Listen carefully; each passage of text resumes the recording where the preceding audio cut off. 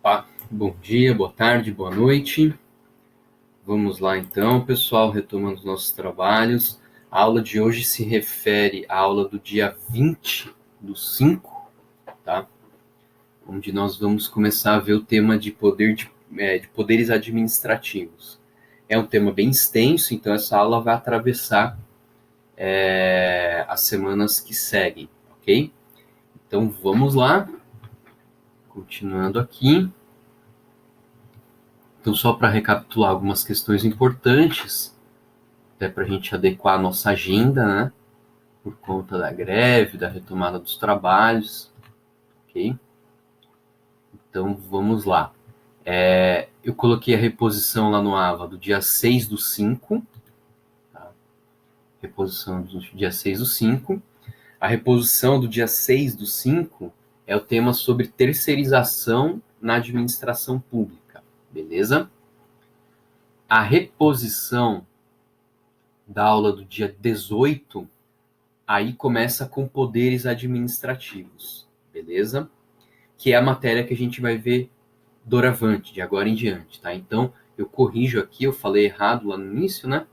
Então, hoje o vídeo de hoje é referente ao início da reposição da aula do dia 18/5, tá?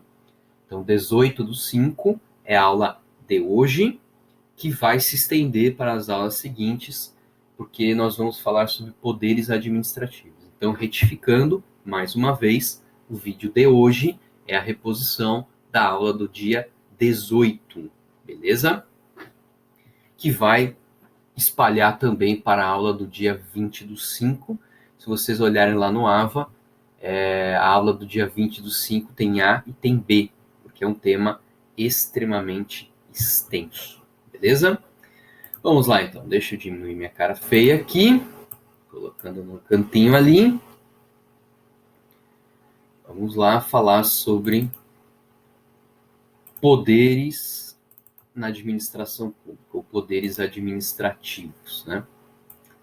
Vamos lá, então, pessoal. Algumas noções gerais sobre poderes na administração pública, tá? Primeira noção de dever-poder, né? Isso eu vou explicar um pouco mais ali na frente, né? A lógica aqui é que porque a administração pública ela tem o dever de perseguir e de tutelar o interesse público, o ordenamento jurídico concede à administração pública uma série de poderes, tá? E essa advertência inicial é importante vocês terem sempre em mente. Isso serve não só para o direito administrativo, é uma lógica do direito público, tá? Nenhum poder ele está desvencilhado de um dever, tá? Só existem poderes de natureza pública, obviamente, porque existem deveres, tá? Ninguém tem poder por poder. Do ponto de vista jurídico, eu estou falando, tá? Então, sempre que o ordenamento jurídico ele concede um poder a alguma autoridade pública, isso só se justifica porque essa autoridade pública, antes, ela tem um dever a cumprir, tá? Por isso que a noção de poderes da administração é sempre uma noção dentro dessa ideia de dever-poder, tá? Porque eu tenho deveres, a administração me concede poderes, tá? Ok, então vamos lá.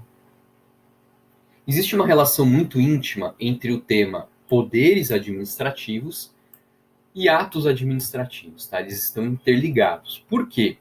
No exercício de um poder administrativo é que a administração pratica os atos administrativos. Então, antes da gente ver atos administrativos, é importante a gente ver poderes da administração. Os atos administrativos, eles são resultado do exercício dos poderes administrativos, tá?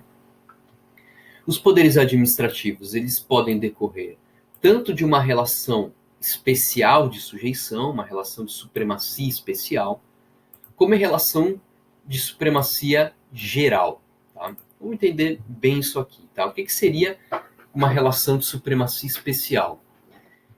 São aqueles poderes que são exercidos pela administração pública, mas eles exigem uma prévia relação jurídica anterior. Então, a atuação da administração pública depende de um vínculo jurídico anterior. Por exemplo, o caso mais fácil de entender é o caso da sanção a servidores públicos. Por exemplo, a administração pública, ela pode aplicar sanções disciplinares aos seus servidores, tá? Mas somente aos seus servidores. A administração pública não tem como aplicar uma sanção disciplinar a um terceiro que não é servidor público, tá? Então, antes de existir essa sanção disciplinar que a administração aplica, existe previamente um vínculo jurídico funcional entre a administração e entre o servidor, tá? Então, é essa lógica, uma sanção contratual. A administração pública não tem como aplicar uma sanção contratual se antes não existia um contrato, tá? A regulação de atividades das agências reguladoras, a gente viu isso no tema de agências.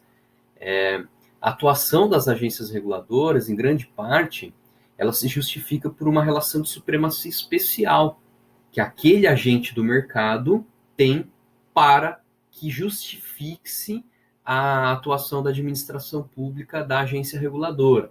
Então, por exemplo, a Anatel, ela só vai ter poderes sobre aqueles agentes do setor que trabalham dentro da telecomunicação. A Anatel não vai aplicar uma sanção para um agente, para uma empresa que não seja do setor de telecomunicações.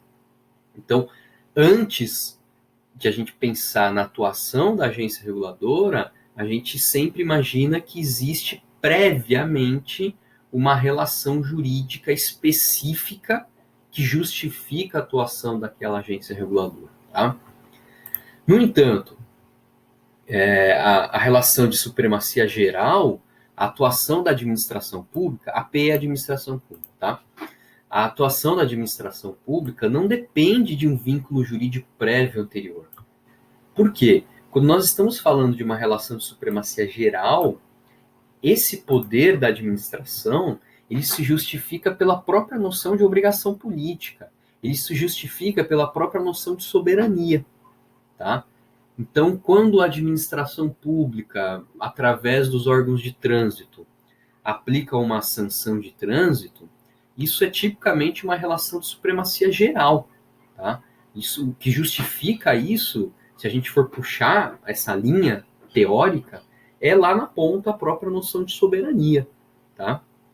Não precisa ter uma relação específica, especial, que justifique a sanção nesse caso de trânsito. Simplesmente o fato de eu conduzir um veículo automotor já justifica que a administração pública exerça o seu poder de polícia sobre essa relação. Então, é uma relação de supremacia geral. Então, resumindo, nós teremos poderes administrativos que decorrem de uma relação de supremacia especial, tá?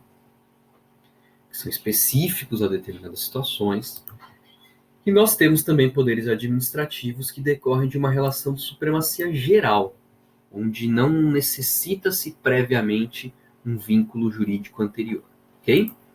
Característica dos poderes administrativos são basicamente duas, que eu diria que é uma via de mão dupla: a instrumentalidade e a obrigatoriedade. Tá? O que seria a noção de instrumentalidade dos poderes administrativos? Aquilo que eu já antecipei um pouco agora. Tá? Porque a administração tem dever, o ordenamento concede poderes. Tá? Cabe à administração pública velar, tutelar, efetivar o interesse público. Por conta desse dever, a administração concede certos poderes que são instrumentais. Esses poderes funcionam como meios para se atingir esse fim, tá? Então, quem tem dever aos fins tem que ter direito aos meios, tá? Então, porque a administração pública tem deveres, quais? A tutela, a perseguição e a efetivação do interesse público, o ordenamento concede a ela poderes. Quem tem dever aos fins tem que ter direito aos meios. E de outra banda, os poderes administrativos, eles têm essa característica da obrigatoriedade. Tá? E aí, é a outra via dessa mão, tá? O poder, em verdade, representa um dever, tá? Ou seja, esses poderes da administração pública, eles são cogentes, eles são obrigatórios à administração pública, tá? Sendo facultado a eles apenas no caso de atos discricionários, que a gente vai falar isso agora em seguida, tá? Então aí nós temos essa via de mão dupla. Os poderes só existem porque existe o dever da tutela do interesse público. Então aí nós temos a via da instrumentalidade. Beleza? Só que esses poderes, muito embora possa parecer, não são simplesmente liberdades que o ordenamento concede ao administrador. São, em verdade, deveres que o ordenamento impõe ao administrador. E poderá ter uma certa faculdade no exercício desses poderes somente naqueles casos onde houver discricionariedade.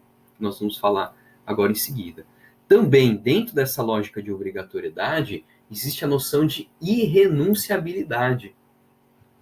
Os poderes, eles são irrenunciáveis, justamente por conta daquele princípio da indisponibilidade do interesse público. A administração pública não pode simplesmente renunciar o poder de fiscalização. Não quero mais fiscalizar. Ela não pode, tá? Então, o agente público, ele exerce uma função pública em nome do interesse público, consequentemente, do povo. Ele, o agente público, portanto, ele é um mero representante desse poder, não podendo dispor daquilo que não lhe pertence. Então aí está a lógica da indisponibilidade do interesse público, que justifica a irrenunciabilidade dos poderes administrativos. Poderes comuns a toda a administração pública, direta e autárquica, tá? Esses poderes que nós vamos falar de agora em diante, eles são específicos para a administração direta, União, Estados, Municípios e DF, e autarquias e fundações públicas de direito público, ok? Alguns deles também se aplicam à administração indireta, tá? Que são as estatais, especificamente. Nomeadamente, quando elas prestam um serviço público. Mas aqui, o exercício do poder administrativo não é por ser administração indireta. O exercício do poder administrativo é porque a estatal presta um serviço público. Então, é o serviço público que atrai esses poderes administrativos, beleza? Ok, feito isso, então, nós vimos ali as características e também vimos uma noção geral e as características dos poderes administrativos. Eu vou encerrar esse vídeo agora e retomamos no próximo falando sobre poderes especificamente.